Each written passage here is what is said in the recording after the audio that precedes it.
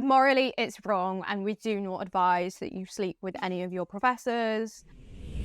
It turns out that the concept of inheritance might actually be far more intricate than we originally thought. Can these epigenetic tags also be passed There's down? actually no way. That sounds so insane that could also be happening with humans. Yeah, what's the word, guys? Mitosis. Mitosis. I tell you, I would bustle, and that's anxiety. As I know for sure you've been in the bathroom with Pietro. Auntie's wife is in the department too. Oh no. My PhD research consisted of the modelling of wet steam flow in large turbines. Wait.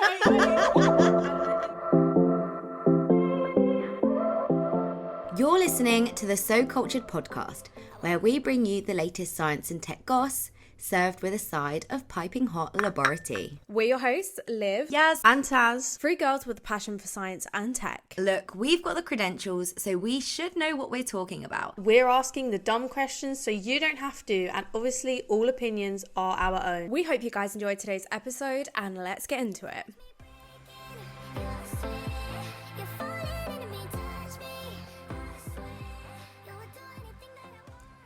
Hello, and welcome to episode 3 of the So Cultured podcast. If you've not listened to our first couple of episodes, let me just recap what we've been speaking about. So we've gone through how human poo could be used for jet fuel alternatives and how humans could be upgrading themselves using CRISPR. Yeah, guys, I feel like we've learned so much, and I'm so excited to see what other kind of topics come up on the podcast. Okay, before we go into today's topic, we're well into the year now, so how is everybody's New Year's resolutions going? Or did you even make any? I don't know if they're New Year's resolutions, but I set more New Year's goals for the year, and I feel like it's Feb, so I wouldn't have met them yet, because 2 of mine were to learn how to get my front splits, and then also to learn how to do a muscle up. They were my 2 New Year's goals, and no, I've not done them yet. I guess that's just like being consistent and like stretching more in the case of the splits. So fingers crossed that you keep it up. Yes, do you remember when we did the month yoga? Oh my gosh.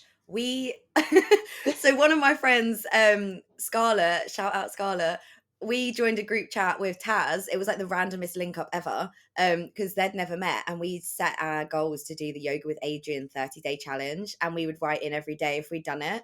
That is such a throwback. I can't believe we did That was like at least 2 or 3 years ago now. I think it was good because you felt like if someone had sent in like, I've done my yoga today, you'd be like, oh, it's 9 p.m. but I haven't. Yeah, accountability. So that was so good. Maybe we should try that because I loved it.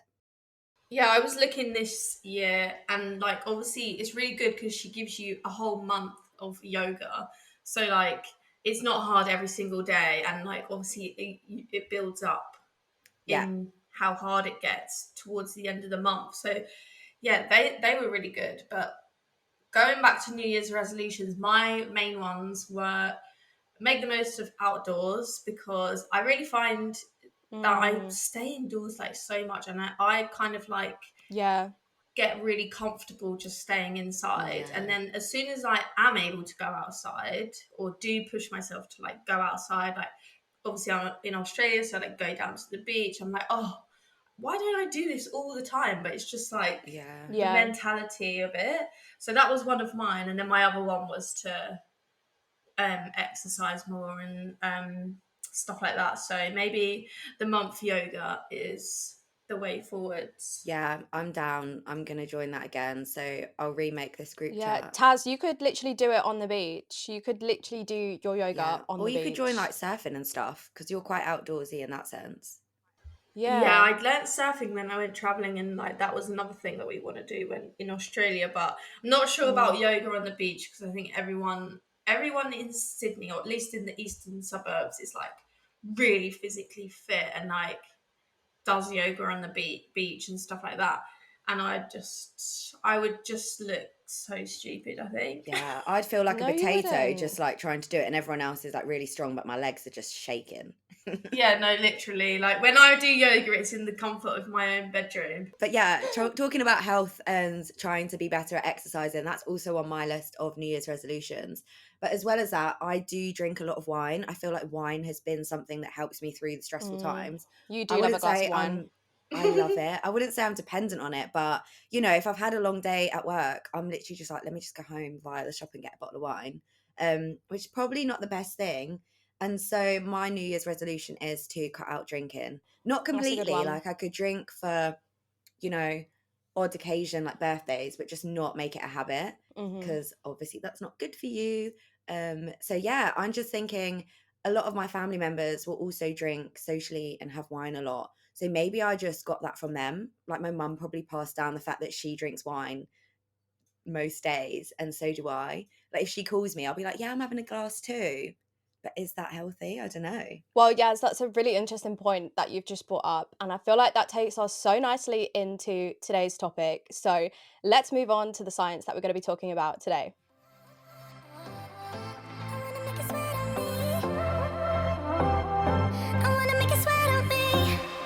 Okay, guys, so I want to talk all about the study that showed that obese mice inheritedly make their own grandchildren obese. So we all know that we inherit a multitude from our parents, so traits like hair color and eye color, height, but there's actually more to it.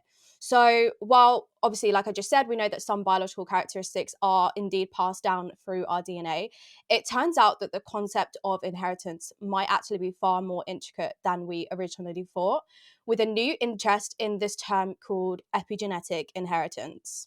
Oh, yeah, that sounds super interesting. I know that from your PhD, you are probably the epigenetics queen, but I'm not even sure what it is. So, can you let me and the listeners know what epigenetics is? Yeah, sure. So, like you just mentioned, before we get into epigenetic inheritance, let's cover the basics of what even is epigenetics. So, epigenetics is the study of changes in gene function that don't involve alterations to the underlying DNA sequence. So, essentially, in epigenetics, nothing about the actual DNA sequence is changed. But these changes can influence how your genes are expressed, which ultimately will affect an organism's development, behavior, and health. And these epigenetic modifications can be reversible, and they're thought to be influenced by things like environmental factors, lifestyles, and your kind of like life experiences.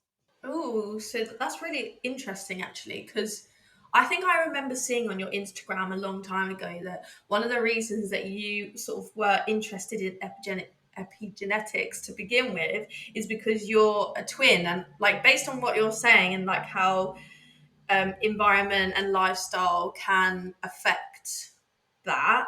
Does that mean like how is that like translated in the case of identical twins? Are they a good example of real world epigenetics? Yeah, that's a really good question. So, yeah, identical twins are my favorite example of epigenetics in the world, which I might be a bit biased for that. But identical twins provide a really interesting example for studying epigenetics. So, epigeneticists always say that identical twins are like the dream study, like they're just the dream natural studies. And this is because obviously they share basically identical DNA sequences. We spoke about this a little bit in episode 1. So identical twins, also known as monozygotic twins, originate from a single fertilized egg that splits into two embryos. So while they start with the same genetic information, like I just said, we know that differences in them can arise over time. So for example, one twin might develop a disease like schizophrenia, maybe lung disease, or maybe even become taller than their twin over time. I think me and my twin are the same height, but we definitely have quite a lot of differences. So how does this happen? Well, it's really simple, actually. When you think of epigenetics, you can think of them like little tags that are, rather than changing your DNA sequences, they're just little tags that are actually added onto your DNA, which will influence Mhm. the way that the transcriptional machinery reads your DNA. So you'll hear a lot of people saying that these tags can switch your genes on and off, which I'm not going to lie, I actually don't really like that term, but it is a nice way to kind of help people understand how epigenetics works. But I prefer to use the terms that these tags can actually change the expression of your genes. So rather than switching the genes on or off, they can actually increase or decrease expression of a particular gene. So are these tags random? Do they kind of randomly target the DNA? So we're going to get all into this topic today. So sometimes they can be random, or I don't know if random is the right word, but sometimes they can be influenced by, like I said, things that you do in your life. And then there's also this argument that you're born with a certain specific set of tags, which is all that we're going to get into this whole topic today. So that's a really good question.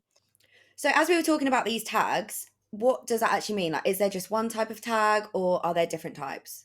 Yeah, so we actually have three main types of tags, or like three main types of epigenetic marks. So I'm going to run quickly through them now. So the first one is DNA methylation, and this is like the most popular epigenetic mark. When you talk to someone who tells you they study epigenetics, they're probably studying DNA methylation.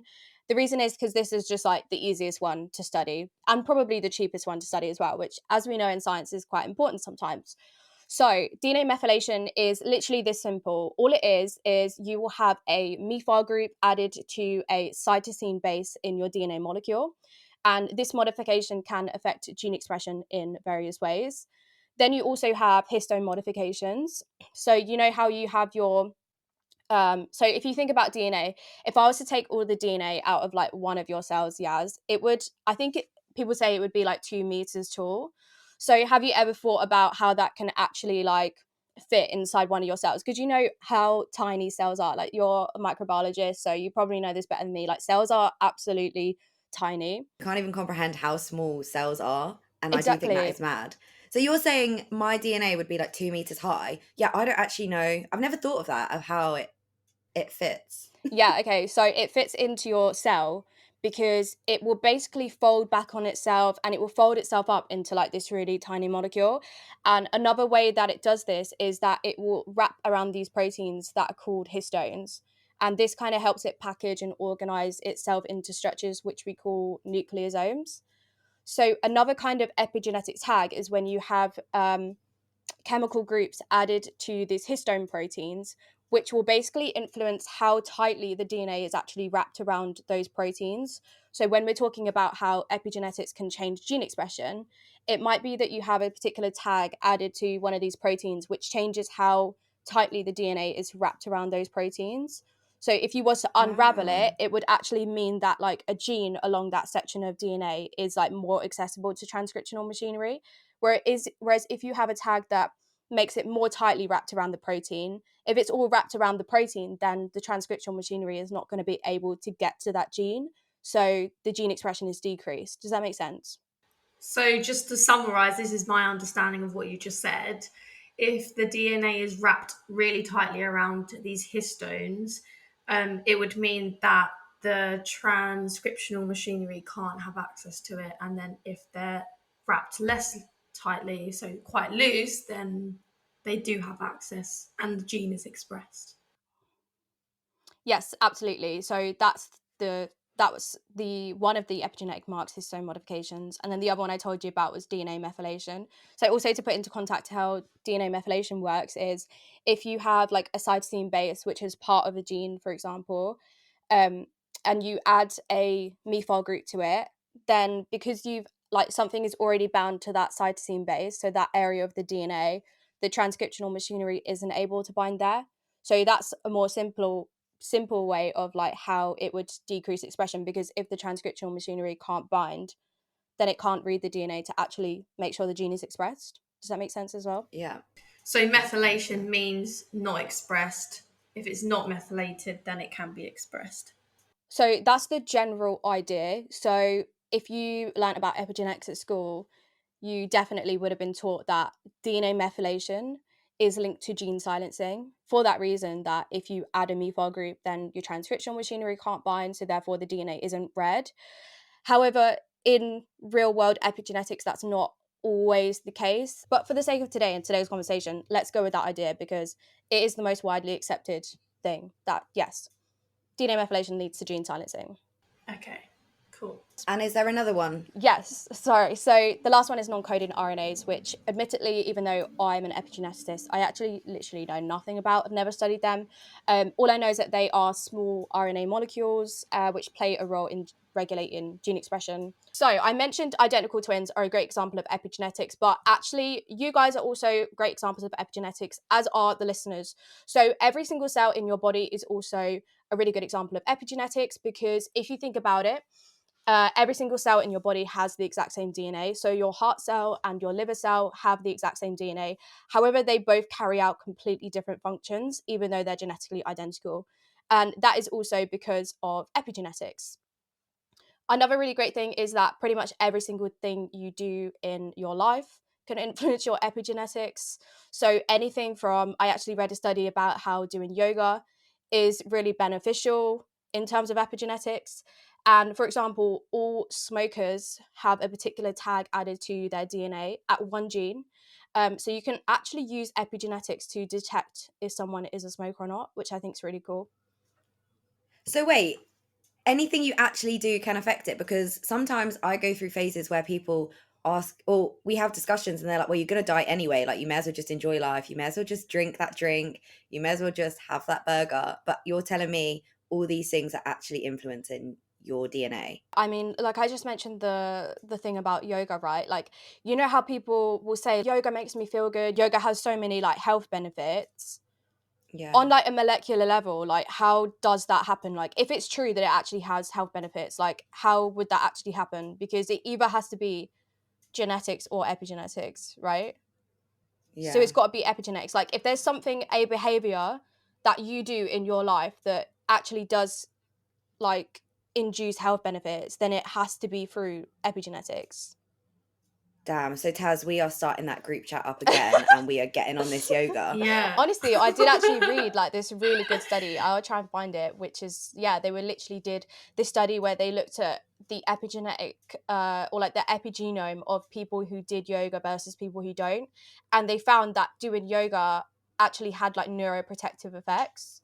So Okay, so what you're saying, Liv, is Adrienne with yoga is like super healthy because she just does yoga all the time. well, she could be. I don't know. This was just one study. Like I said, I think that if there's a lifestyle factor, that some study shows that it influences your health in some way, that all has to happen on a molecular level. So if it's not genetics, my view is it has to be epigenetics. Because you can't like drink, say they said That's like really drinking interesting. red wine.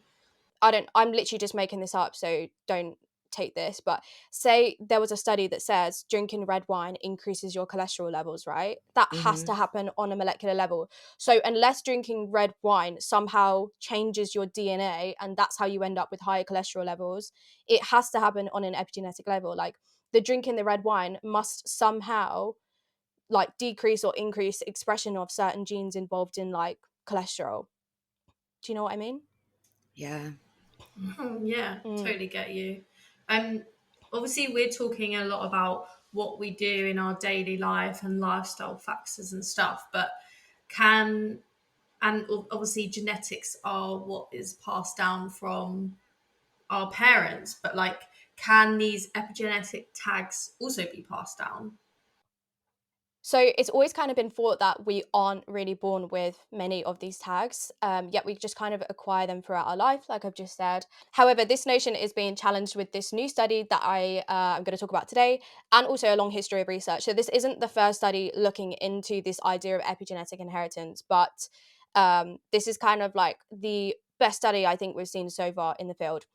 And yeah, like I said, the idea behind it is something that we call epigenetic inheritance. So this is the idea that not only do we inherit DNA from our mum and dad, but we might actually also be inheriting some of these tags that we've been talking about along with the DNA as well. So we get like half our DNA from our mum and half our DNA from our dad. And we've previously thought that this is just like naked DNA. There's no tags on it. But this study is basically suggesting that we inherit the DNA with these tags as well, which is super interesting. Yeah. Could you imagine, Taz, once we've been doing yoga for like many months, our kids could inherit this good tag. Well, Imagine. hopefully it's good tag. Yeah. Now, weirdly, this idea is super supported in bacteria, fungi, and plants. However, it's widely debated in mammals.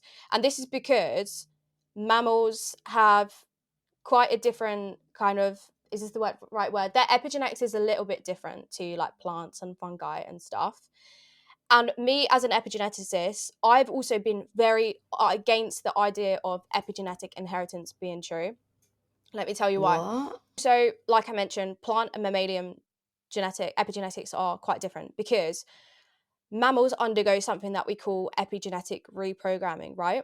So, this is where there's actually two phases of resetting these tags to actually avoid passing down family traits. So, to avoid passing down this information.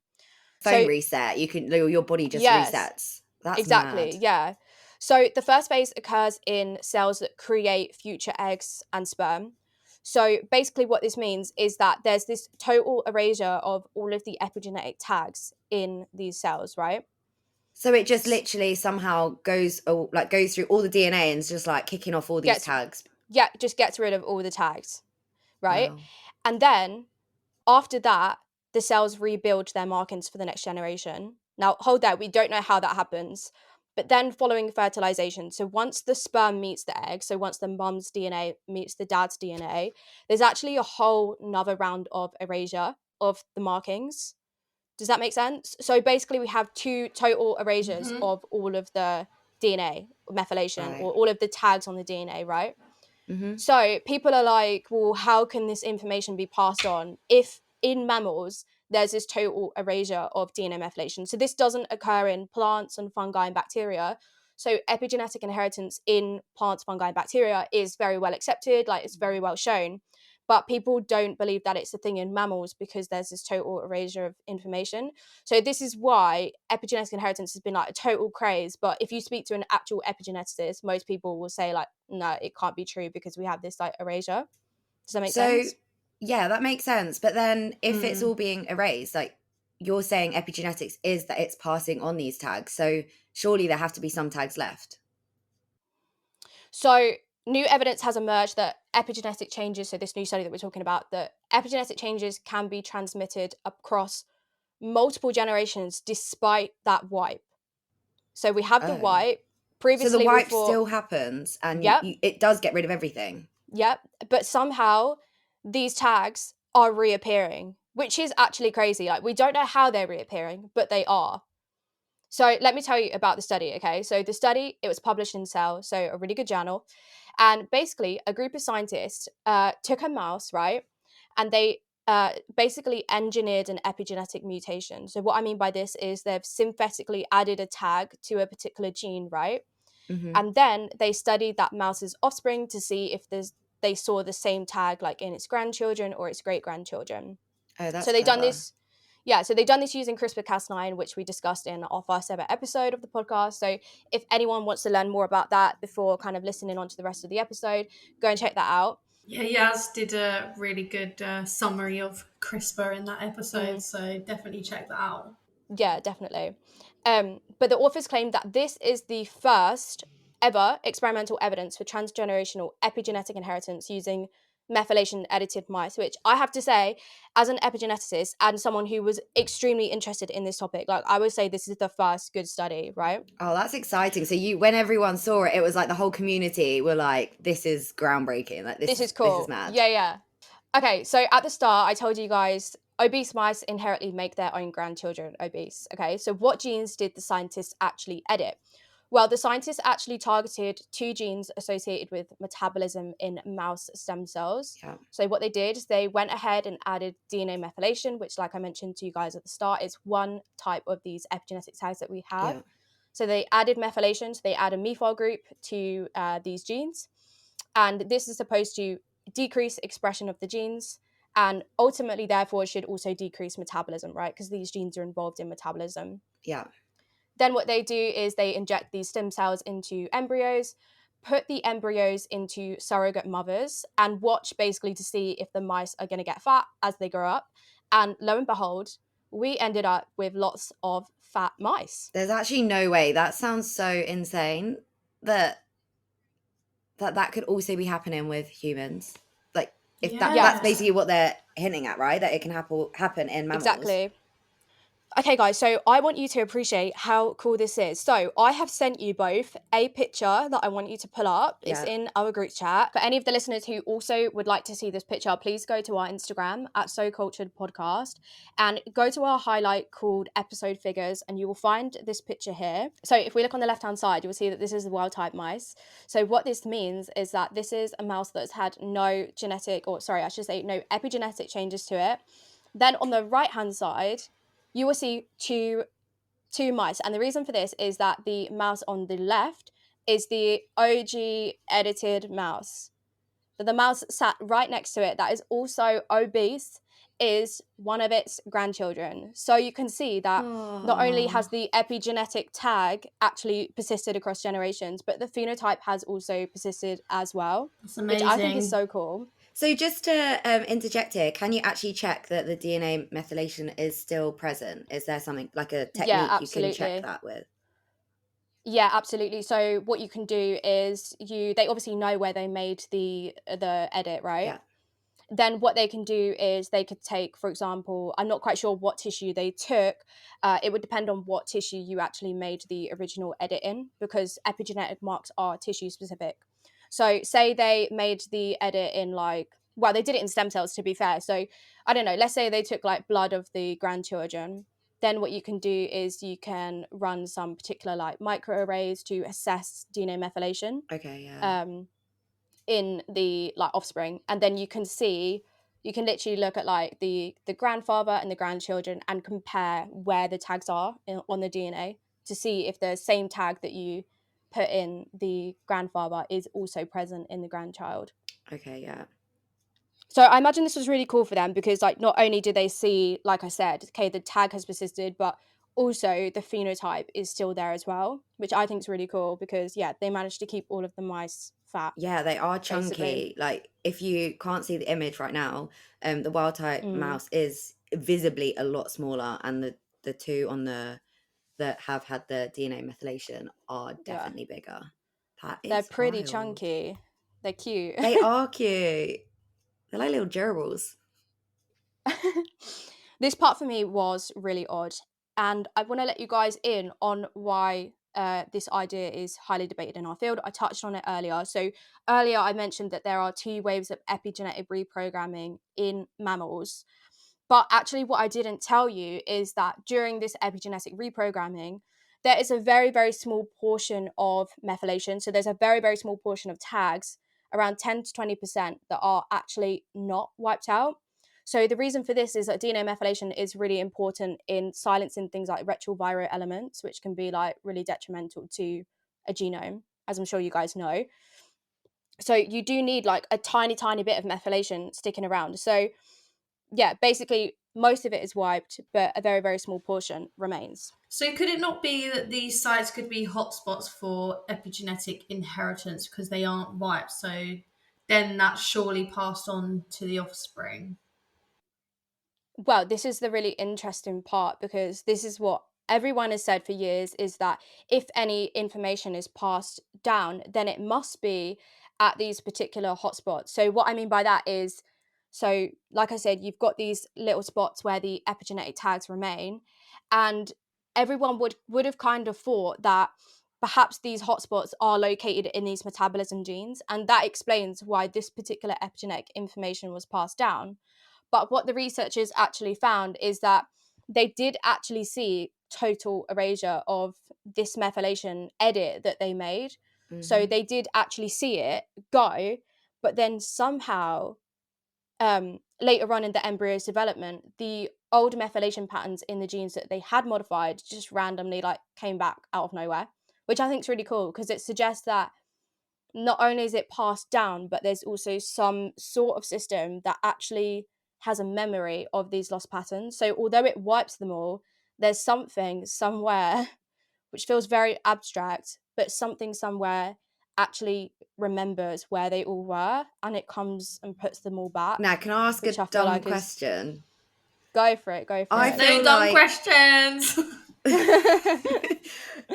Yeah, I feel like this might be dumb, but obviously you mentioned there's 3 different types of tags. So this one is the methylation. So are there just Mhm. methyl groups that are just like chilling around in the cell? Like, how do they know to target, or how? Like, I just don't get that. Yeah, What yeah. does that mean?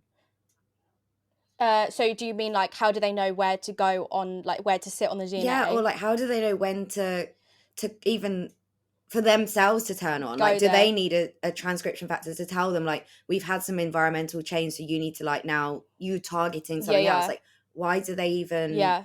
start the Yeah, so process? they're added by enzymes, Okay. which are called methyltransferases. But the whole thing is so there's certain types of methyltransferases. So one of them will basically only add a methyl group during like the splitting of the cells. So like you know when your like DNA splits into two, and then obviously like it re-replicates like the other side, right? Yeah. What's the word I'm looking for? What's the word, guys? What's the word? Mitosis. Mitosis. When mitosis occurs, obviously your DNA splits into two, and then something comes along and it like rebuilds the other half. So then you end up with like a full DNA structure again. Yeah. Yeah. So one of the enzymes or the methyltransferases, its only job is to go along the new strand of DNA and add methyl groups where there is a methyl group on the other strand of DNA. Does that make sense? So it like matches them up. Yeah. But there's another enzyme it's also called a methyltransferases, and its only job is to add methylation in new spots. But basically, in answer to your question, Yads, is like we don't know how it knows. Yeah, We just that's know that it weird. does it, and we know like how it does it, but we don't know how it knows. And this is, I guess, the new question that's come from this research is again, like if they were completely modified, it's not going to be that first methylation, that first methyltransferase, because it doesn't have anything in reference to. Yeah. So it has to be the methyltransferase that is responsible for putting them in new places. Yeah. But how does it know how to do that? Like, we don't know, which is, yeah, the really cool thing is like, we know there's something floating around in the cells that just knows where to put the information, which is just like crazy. Can I don't also understand ask that. a potentially dumb question? Absolutely. Obviously, you're discussing a fetus and like it developing in the womb and stuff. Could epigenetics be influenced by the fact that the blood source is like coming from the mother, and you get Yeah. like signals within the blood that's affecting like epigenetics and stuff? So yeah, I guess you're kind of hinting that the blood of the mum would somehow pass on that information. I think that this study did kind of account for that, because they what they did is, so this kind of goes into like the question of like genetics. So basically what they did is they edited the genes, bred the edited mouse with a non-edited mouse. Yeah. Then basically, I'm trying to make this simple, but they breed a fat male mouse with another random female mouse and then check out their babies. But basically, anyways, the last generation that they actually looked at had no relation to the edited mouse. So technically, I mean, that rules out genetics, but yeah, I guess it doesn't rule out your thing. That's a good suggestion, Taz. But People the should thing look into is, as that. well, I've just realised a limitation of my hypothesis, shall we say, that you said that the male mouse was fat, right, or obese, should I say? So Yeah. it wouldn't have access to like the epigenetic signaling from the male mouse because it's being Yeah. bred in the female mouse. Yeah. So yeah. So you just summarized that better than what I was trying to say. But yeah, I think they basically, in their study design, they ruled that idea out. Yeah, that makes sense. So I think there still is the question of like, yeah, what is responsible for ensuring that the cells have this memory? Like, it's super weird. Like, it seems really, really abstract, but basically that is what they've shown. So it's very cool. So yeah. Because you're saying as well that it might be genetic, but even then, how would your genes, when they're passed down, know, or how would that methyltransferase know, okay, we had it targeted at this previous hotspot, or maybe there is something else that's red. I don't really know what I'm saying. Basically, what you're asking is like, is there something in your genetics that helps you memorize? Yeah. Because you said Yeah, they're trying to so rule it out that it is genetic. yeah.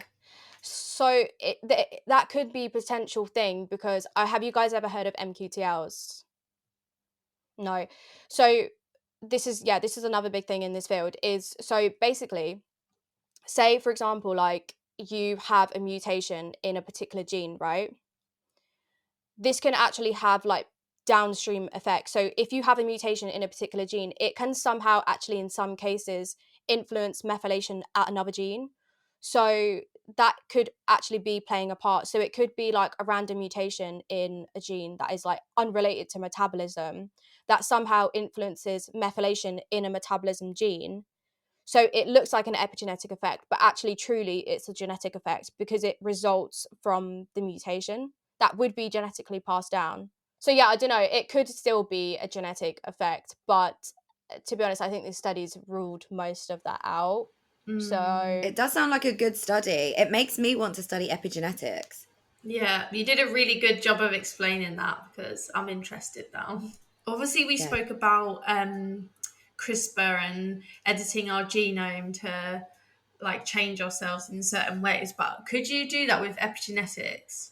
yeah, so the way I've explained it, it kind of makes it seem like you can switch DNA methylation on or off on like one particular gene, and then it will like have some type of phenotypic effect.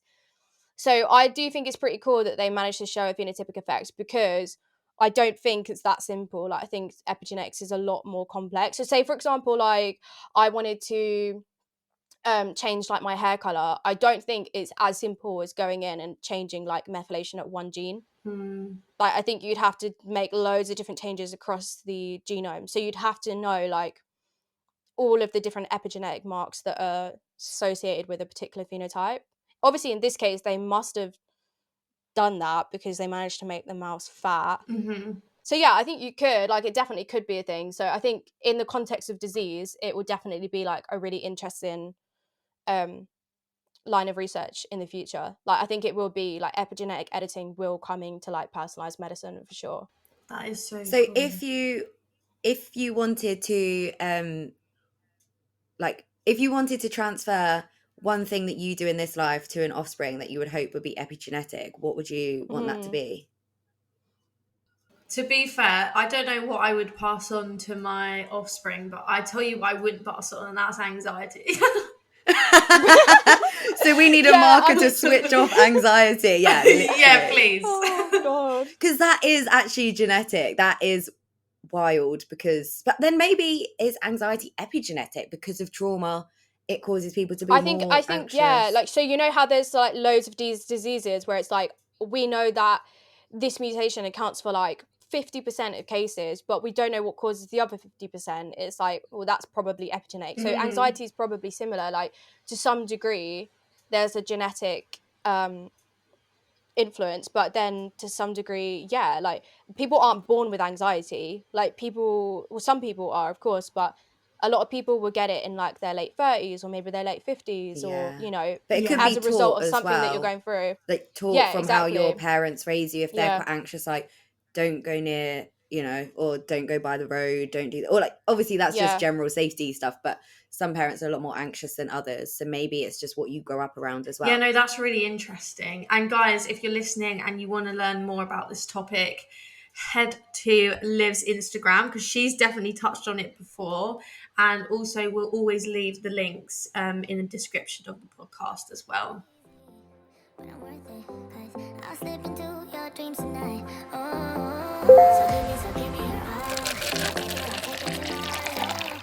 I'll stick like glue inside your mind. Girls, I have some wild laboratory to spill today, but first off, I'm going to start by talking about a steamy book that I read recently, and I'm wondering if you guys Oh my have god, read it. where is this gossip section going today? So this book was what people are calling a TikTok sensation because it is steamy. It is a bit wild. It's based about a PhD student at Stanford. So the next few things that I'm going to say are probably spoilers. So if you haven't listened, you can just forward it a little bit to not ruin the surprise. But this book is one of those really cheesy, easy reads that I think I read it in 2 days because I was like, I just want to know what's happening. It's got a few explicit scenes in it, and when you're reading it, you're like, you know, I think I was reading it on the train one day, and I was looking around being like, I can't be reading this while I'm on the train. Oh my god, what is it, like 50 Shades of Grey vibes? Yeah, it is, Yeah, and it's okay. all about like a PhD student, so Wow. it's really relevant in the science field. Yeah, She yeah, does yeah. science, you know, she's working in a lab talking about all these things, and the author is a scientist, and it's about this girl, and she is chatting to this like guy in her lab, but he's really standoffish, he doesn't really like her. But then this like romance starts to happen, obviously, with these kind of rom-com type books. But she goes to a conference at one point in it, and she gets approached or moved to basically by this professor, and he starts harassing her, and she is actually like, no, I don't want this. And she's basically sexually harassed by this professor at this conference. Then this professor or this lecturer, whoever it was, had essentially just said like, I'm going to tell everyone that you sleep around to get further in the field.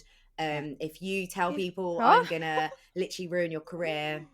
So it's this whole thing of like blackmail. No way. I'm not saying that exact story is true. I'm sure there's probably cases of it. But recently we've been asking our listeners to write in about any juicy stories, steamy stories that have been happening, or just any goss that they know. I'm so excited for this. We got what an have we email got? from one of our listeners, and I'm going to read you their email because honestly, it is wild. I cannot believe it. So, okay. And these girls, Taz and Liv, have not read this yet. So I told them not to check out emails and that I would do it. So I've picked this one. So it basically just says, hey girls, love the podcast, which is so nice. Thank you very much. Thanks. Feel like I've learned so much already. Really enjoying the laboratory section. So I feel like I had to write in with my wild story. I hope you have the time to read this and to discuss it. Let me just give you some background. So I'm a female, and when I was 21 doing my undergrad at a university in England, I witnessed something that I thought was crazy. So every year we have a boat party to celebrate the end of term or the end of year, where all students from the same course join the lecturers to party. On this one particular year, we were like all chilling and drinking, and I had seen one of the students getting close to one of the professors, but I didn't really think anything of it because obviously he's a professor and he is married, and his wife is in the department too. Stop. Oh my god. Oh my god. Okay, so maybe his wife, this isn't from the email, but maybe his wife is like on the boat as well. If she's in the same department, like maybe, I don't know. It doesn't say that.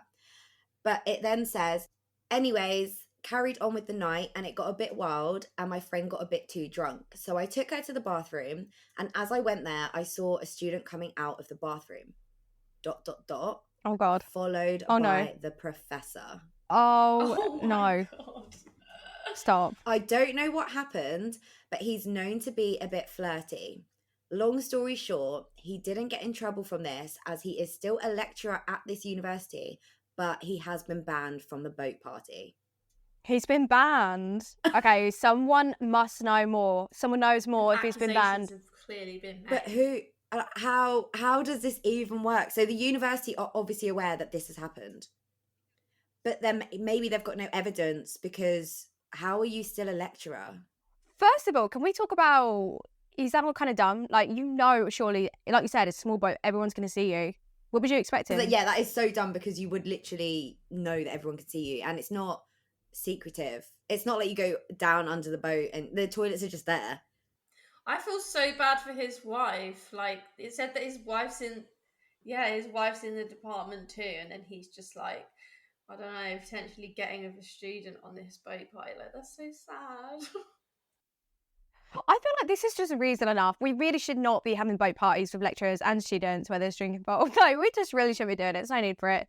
I feel like it should be able, because that you should be able to have parties, because lecturers should know that they're lecturers and there's boundaries. I've heard way too many horror stories like this one. Like, I think we pretty much all have our own experiences. Like, it just happens way too often. Like, it's crazy. I think the point is as well, at university, they're of legal age, Yeah. and I'm assuming this was consensual. So Yeah. it then becomes a problem of, well, they're in their like 20s, I'm assuming. So it isn't illegal, but it's this, like you say, Taz, about marking university or like exams, that is just such a power play.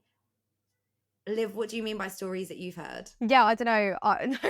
It's the way I said we've all got experiences of our own. Like, let's be very clear. Like, I have not, fraternized with a professor in a bathroom on a boat. Let's make that very clear. I just meant like we've all had stories. Like, I don't know. Yeah, you do. Like, you see like professors and students getting very close, and you're like, that looks a bit questionable. Or I don't know. Yeah, I've definitely heard stories, but to be fair, like you said, we're assuming that this situation is consensual, which I haven't experienced or seen that myself. I do hear all the time about people going to their supervisor's house for parties and barbecues and things like that. So I think it is quite common. Yeah, just not common to be seen walking out of the toilet with your professor.